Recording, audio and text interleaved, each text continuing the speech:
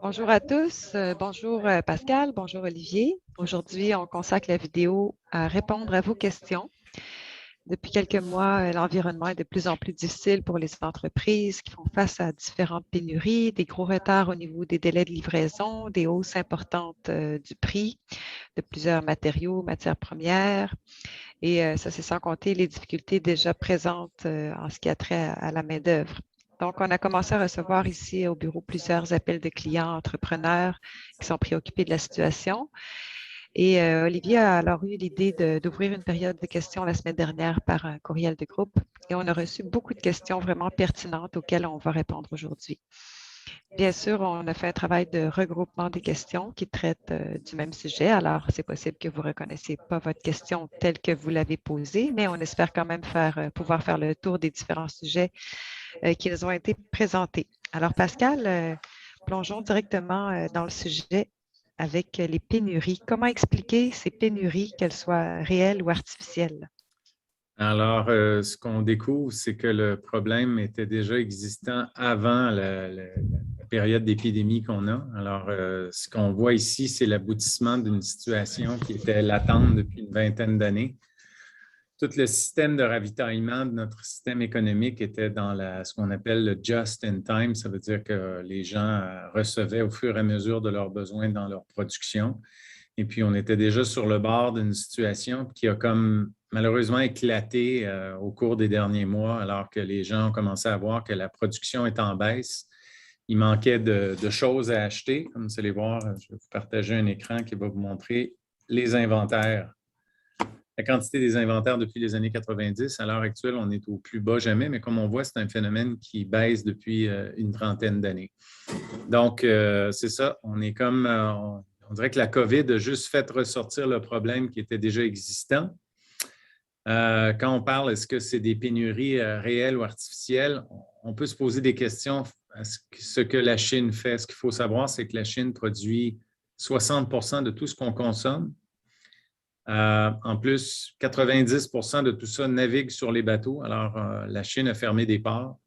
Il y a un goulot d'étranglement au niveau du transport. Tout arrive en même temps aux États-Unis, puis tout on dirait que tout s'engorge. Ce qu'on a vu au port de Los Angeles et de Long Beach, qui sont les deux ports principaux qui reçoivent la matière de la Chine, c'est qu'il y a au-dessus de 500 000 containers qui bloquent le chemin entre les containers qui veulent rentrer et puis les containers qui veulent sortir. Alors, est-ce que ça a été fomenté par la Chine? C'est une bonne question. On peut penser que c'est possible. Ensuite, une deuxième question, ce serait quand est-ce que le prix de l'acier, puces électroniques, cuivre, résine pour plastique redeviendra à la normale? Moi, j'ai l'impression qu'on ne reviendra pas à la normale. Il faut comprendre qu'on est dans une situation, on est dans un changement de paradigme à l'heure actuelle. J'ai l'impression que tout l'argent qui a été imprimé, j'en ai parlé dans les BD, va créer une inflation qui ne sera pas temporaire, mais permanente. Et puis, ce que j'ai vu dans mes recherches, c'est qu'il y a eu sous-investissement dans la production de produits de base, que ce soit le cuivre, dans l'argent ou dans certains métaux. Il y a vraiment une sous-production, puis ça peut prendre de 10 à 15 ans avant que, même en mettant beaucoup d'investissement puis beaucoup d'énergie pour essayer d'augmenter la productivité, il y a des domaines qui sont non élastiques. Alors, ça va prendre vraiment beaucoup de temps avant de pouvoir revenir à un seuil de production normale. En ce qui concerne la résine, les plastiques, ce peut-être pas des matières qui sont aussi rares que d'autres. Donc, peut-être que dans ces domaines-là, ça peut se rétablir peut-être plus rapidement. Mais à l'heure actuelle, comme les gens ont manqué de choses, les entrepreneurs tendent à vouloir se stocker. Donc, ça veut dire au fur et à mesure que la production augmente, elle est achetée au fur et à mesure de l'augmentation de la productivité. OK. On entend souvent parler des coûts des conteneurs qui ont augmenté de presque 5 fois quand on fait venir un conteneur de la Chine. Est-ce que les compagnies maritimes font des gros profits? Puis est-ce que ça va revenir à la normale un jour? Je pense que c'est sûr que les trois compagnies maritimes, il faut comprendre que ce que peu de gens savent, c'est qu'il y a trois compagnies de porte-containers qui les trois compagnies possèdent 5 400 bateaux. Donc, il y a seulement 5 400 bateaux qui font tout le transport des containers à travers la planète. Je pense qu'elles ont le gros bout du bâton à l'heure actuelle. Puis l'autre chose qu'on comprend, c'est que l'année dernière, il y a beaucoup de bateaux. Il y a eu comme un changement au niveau maritime, au niveau de l'écologie. Les bateaux très, très polluants ont été sortis de la flotte de bateaux. Donc, à l'heure actuelle, il y a vraiment une pénurie de bateaux, donc ça les avantage. Puis dans la question, il disait 5 fois, mais à l'heure actuelle, on est plus rendu proche de 8 fois les coûts d'augmentation sur une année. Donc, c'est vraiment quelque chose d'excessif. C'est sûr que ça va se régulariser, mais on a l'impression que je ne pense pas qu'on va reconnaître ce qu'on a connu par le passé avec le manque de containers et de bateaux à l'heure actuelle.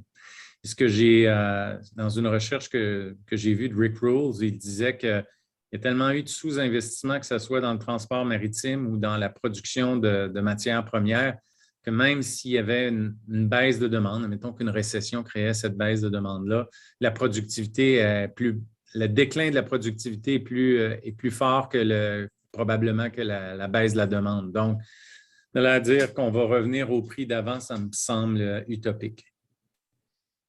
Les distributeurs et manufacturiers qui vendent aux gros détaillants perdent de l'argent justement à cause des coûts qui augmentent. Est-ce que c'est les consommateurs qui vont devoir payer plus cher pour leurs achats bientôt?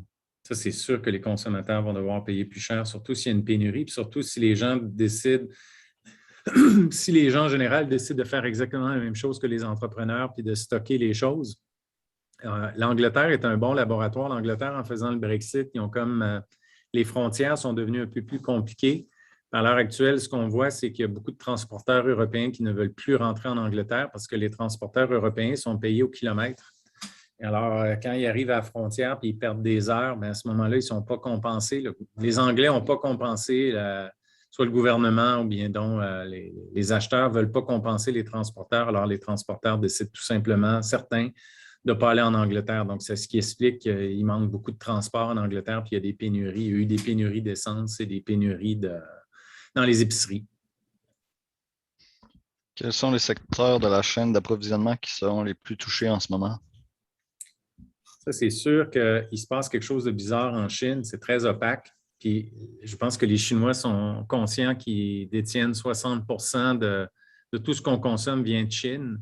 Alors, j'ai l'impression que toutes ces choses-là qui viennent de Chine, ça va être plus compliqué, puis ça va vraiment créer un problème majeur. Puis le premier qu'on a vu, c'est les puces. J'ai fait une recherche pour comprendre qu'est-ce qui se passait dans les puces. Puis il y a tellement d'étages de sous-production dans la construction des puces que les compagnies automobiles américaines, à l'heure actuelle, ne savent même pas d'où vient le problème. Ils essaient de parler aux concepteurs. Le concepteur parle aux fabricants chinois, puis le fabricant chinois a des sous-traitants sur différentes couches. Alors, à ce moment-là, on ne sait pas quand est-ce que la situation va rentrer dans l'ordre. Est-ce que la situation voulue, non voulue, c'est, comme je vous dis, c'est assez opaque. Donc, j'ai comme l'impression que ce n'est pas une situation qui est complètement normale. Quelles sont les pénuries déjà en force? Les autres arriveraient quand et pourraient durer combien de temps? Écoutez, comme 90 de tout ce qu'on consomme passe sur un bateau, j'ai l'impression qu'il n'y a pas un domaine qui va être à l'abri de la pénurie à l'heure actuelle. Puis si on ajoute à ça mondialement, il y a une baisse de productivité marquée.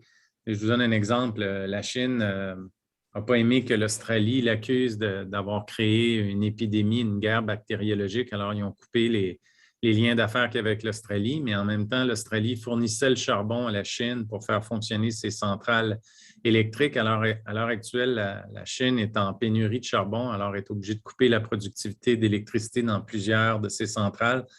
Alors, c'est certain que c'est opaque, on n'a pas accès, mais on a vu sur YouTube, on avait accès à des gens qui avaient mis des images où des villes étaient complètement dans le noir. Alors, j'imagine que s'il y a plein de villes qui sont dans le noir, ça veut dire qu'il manque d'électricité, ça veut dire que la productivité aussi en Chine va sûrement baisser.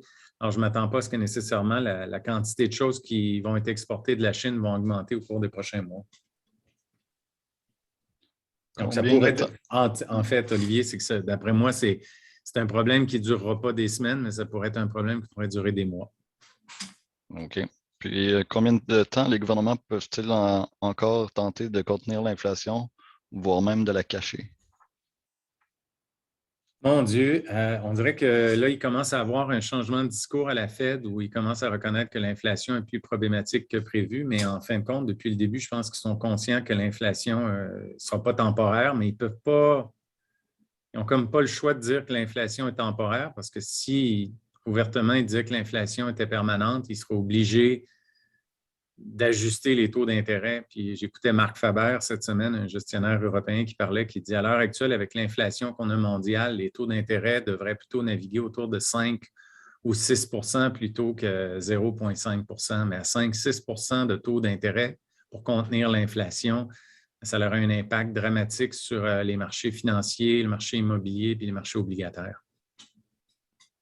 Donc, tant qu'ils vont être capables de pousser ça, comme on dit, de pousser la canne en bas de la côte, ils vont essayer de le faire le plus longtemps possible puis de vraiment garder les gens dans l'expectative que la situation va revenir plus rapidement qu'elle va le faire en réalité. OK. Quels sont les plus grands risques pour les entreprises et quelles sont les mesures qu'elles doivent prendre? Je pense que c'est de comprendre que peut-être que vous n'aurez pas toujours les quantités dans votre entreprise pour pouvoir fonctionner adéquatement, puis vous le vivez certainement déjà. L'autre chose, c'est que je me dis, c'est d'ajuster. Si je regarde ce qui se passait en Angleterre, une des raisons pourquoi les gens avaient arrêté de produire ou avaient arrêté de livrer les choses, c'est que s'ils le faisaient, ils le faisaient à perte. Fait que c'est quand même, il y a plein dans vos entreprises, il y a beaucoup, vous avez des contrats aussi. Alors, c'est d'être flexible à ce niveau-là et être capable de vous ajuster rapidement, de ne pas trop fixer de vous organiser pour ne pas avoir à produire à perte. Là. Je pense que c'est la clé pour pouvoir continuer de bien fonctionner dans l'environnement dans lequel on va avoir dans les prochains mois. C'est être capable d'ajuster rapidement les prix que vous allez charger. J'avais un exemple dans le livre de Jim Rogers, Hot Commodities. Jim Rogers disait que quand le prix du sucre, du maïs et du blé ont explosé en 1973-1974 jusqu'à la fin des années 70, Kellogg n'a jamais été en mesure de pouvoir ajuster le prix des céréales qu'elle vendait aux épiceries pour résultat que ses marges ont fondu comme neige au soleil. Puis là, ça veut dire que si ses marges ont baissé, ça veut dire que ses profits ont baissé. Ses profits en baissant, ça veut dire que le prix de son action a baissé. On peut voir ici, là, on a un instant. On voit le prix de l'action ici de Kellogg. On voit de 1973 jusqu'à 1994. On voit que l'action a connu comme une descente, puis ça a pris 10 ans avant que l'action reprenne le chemin de la croissance après sa correction de 1974. L'endettement et l'inflation vont finir par dévaluer la valeur de notre dollar canadien. Est-ce que les Canadiens seront davantage à risque de voir la valeur de notre dollar baisser par rapport aux autres pays développés? Écoute, j'ai l'impression que tous les pays commettent la même erreur d'impression monétaire excessive. Ils font toutes la même mécanique d'impression monétaire excessive. Donc, d'après moi, toutes les monnaies sont en tout cas, toutes les monnaies, que ce soit le dollar canadien, le dollar américain, l'euro, même d'autres monnaies vont être en danger par rapport à l'inflation. Tu sais, quand il arrive une inflation galopante, ça veut dire que c'est la valeur de toutes les devises qui baisse de façon substantielle. Probablement qu'il va y avoir des variations entre les devises. Je me dis peut-être que le Canada pourrait être un peu avantagé par rapport aux États-Unis, étant donné qu'on est un pays de matières premières. Donc, le seul avantage que je donne au Canada par rapport peut-être à d'autres devises, c'est que si le prix de la matière première augmente, ça va avantager le Canada. Concernant les pénuries et coûts de matières premières, qu'est-ce qui les différencie ou s'apparente d'un secteur à l'autre? Ici, on parle de bois, plastique, acier. Exemple, à quel point peut-on s'inspirer du rebalancement progressif du bois pour anticiper de l'amélioration du côté de l'acier? Le problème, le bois, c'est que c'est une matière que nous, ici au Canada, on a accès, on a juste à aller dans les forêts et aller en chercher. L'acier, c'est plus compliqué. Il y a différents types d'acier. Puis même si on a des usines qui en fabriquent, on est un importateur net d'acier. Et 60 de tout l'acier qui est fabriqué sur la planète vient de Chine, alors que c'est encore le même problème. Si le plus gros joueur au monde, c'est la Chine, puis elle décide de resserrer ses exportations pour essayer de créer une crise économique, on a une situation au niveau de l'acier qui est plus compliquée. Admettons, je ne peux pas faire le même parallèle entre l'acier et le bois, à mon avis. Puis dans d'autres domaines, je pense que ça va être ça va être la même chose. Là. Je pense que depuis des années, les Chinois ont accumulé énormément de réserves dans certains métaux de base. Alors, c'est possible que les prix qu'on a sur certains métaux peuvent rebaisser en devenant une récession économique, mais rien n'est garanti. Et selon Rick Rules, lui, il pense que même si on avait une récession, il y a tellement eu de sous-investissement dans le domaine des matières premières que même si la demande pour ces matières-là baissait, l'offre baisse plus vite qu'à l'heure actuelle, l'offre baisse tellement vite que même si la demande baissait, la demande baisserait moins vite que l'offre. Alors, selon lui, le prix, même en période de récession économique, le prix de plusieurs produits de base pourrait continuer d'augmenter alors qu'on sera en pleine récession. Quelle est la cause fondamentale qui explique le délai et les coûts de transport exorbitants qui donnent actuellement le rythme aux importateurs manufacturiers? Je pense que, comme j'ai expliqué dans la première question, le problème était déjà latent. Ce que j'ai appris, c'est qu'il y a juste 2 ports qui peuvent recevoir des containers qui sont automatisés et qui vont assez rapidement. On a fait un choix, il y a quelques années, les compagnies maritimes ont fait un choix de faire des porte-containers de 24 000 containers. Ces bateaux-là ne se manœuvrent pas facilement, puis on voit que quand il arrive une congestion comme on a en ce moment, ce n'est pas long qu'un port devient vite il va y avoir une congestion. Puis il y a aussi le fait que si je reviens à l'image de tout à l'heure,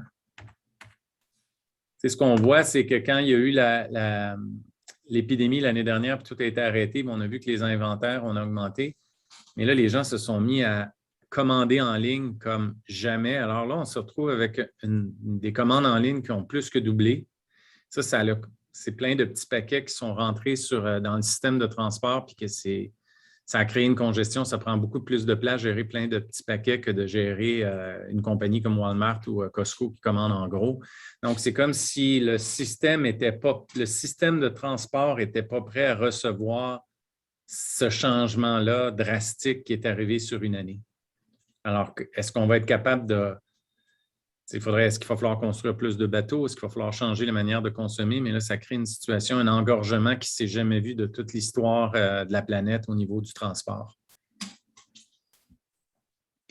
Advenant un éventuel crash économique, quels seront les premiers secteurs touchés et les premiers impacts réels à se faire sentir?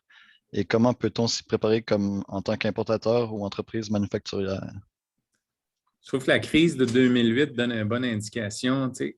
La première chose, si j'étais entrepreneur, c'est vraiment d'avoir un crédit solide, de ne pas avoir des montages financiers trop étirés parce que j'ai vu les compagnies qui ont eu des difficultés en 2008, c'est les compagnies qui n'étaient plus capables d'avoir accès à du financement ou que les marges étaient retirées. Donc, je me dis, la première prudence que vous devez avoir, c'est d'être pensé qu'on est dans une période où il faut être plus en mode consolidation financière qu'en mode expansion financière puis faire des leverages. Je dirais que c'est la première chose que je pense qui me semble le plus important. Il n'y a rien qui ne garantit pas non plus qu'à un moment donné, le marché des taux d'intérêt, même si le gouvernement essaie de les comprimer depuis mars 2020, que possiblement que les gens pourraient décider que si le taux d'inflation est à 7, 8 ou 10 que les gens n'accepteront plus de renouveler des obligations à 1 ou 2 donc les taux pourraient monter. Donc, c'est de ne jamais sous-estimer que le coût du financement pourrait changer dramatiquement et rapidement. Ce n'est pas garanti que ça va arriver, mais si ça arrive, il faut savoir que de ne pas avoir des prêts financiers qui sont, si le taux change, que ça pourrait mettre en danger votre entreprise. Puis l'autre chose aussi, c'est que c'est certain que s'il arrive une correction boursière, mais l'effet de richesse qu'on a en ce moment pourrait baisser. Donc, peut-être qu'il y a des domaines, il y a des secteurs où les gens vont vouloir moins acheter de choses. Peut-être que s'il arrive de l'inflation, ce qu'on voit en général, c'est les domaines de base qui les gens mettent leur argent sur le nécessaire, puis le superflu devient secondaire dans ces moments-là. Donc, on a fait le tour des questions. Je ne sais pas si tu avais une conclusion. Ou... Non, bien, merci à tout le monde qui a envoyé des questions. Et puis, gênez-vous pas s'il y en a d'autres, on pourrait refaire si des choses que j'amène dans les réponses qui amènent d'autres questions, n'hésitez pas. Je suis toujours intéressé à vous répondre sur ces sujets-là. Alors, merci à tous pour l'écoute, puis à bientôt. Puis n'hésitez pas à nous contacter si vous avez d'autres questions. Merci.